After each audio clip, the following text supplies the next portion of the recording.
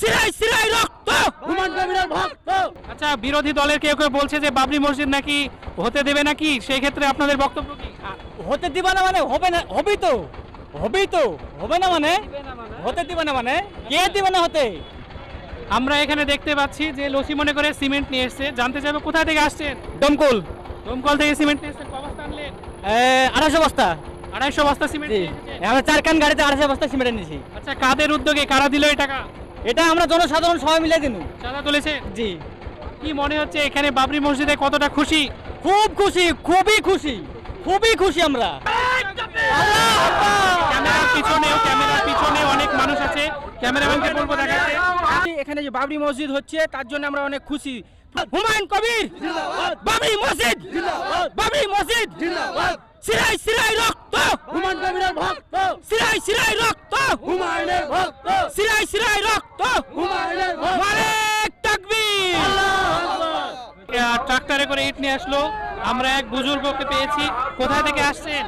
আন্দরবাড়িয়া, কোন থানা পড়ছে ওটা? এটা রেজিনগর থানা, রেজিনগর থানা।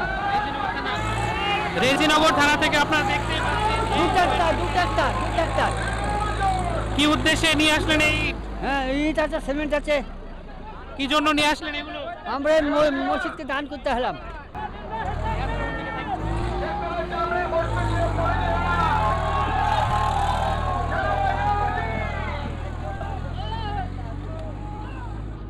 আবারও এক ট্রাক্টর ইট আসছে। কোথায় থেকে আসছে আমরা একটু জানার চেষ্টা করব পরে। আপনারা দেখুন, সেই বাবরি মসজিদের উদ্দেশ্যে তারা ব্যানার লাগিয়ে নিয়ে আসছে ইট।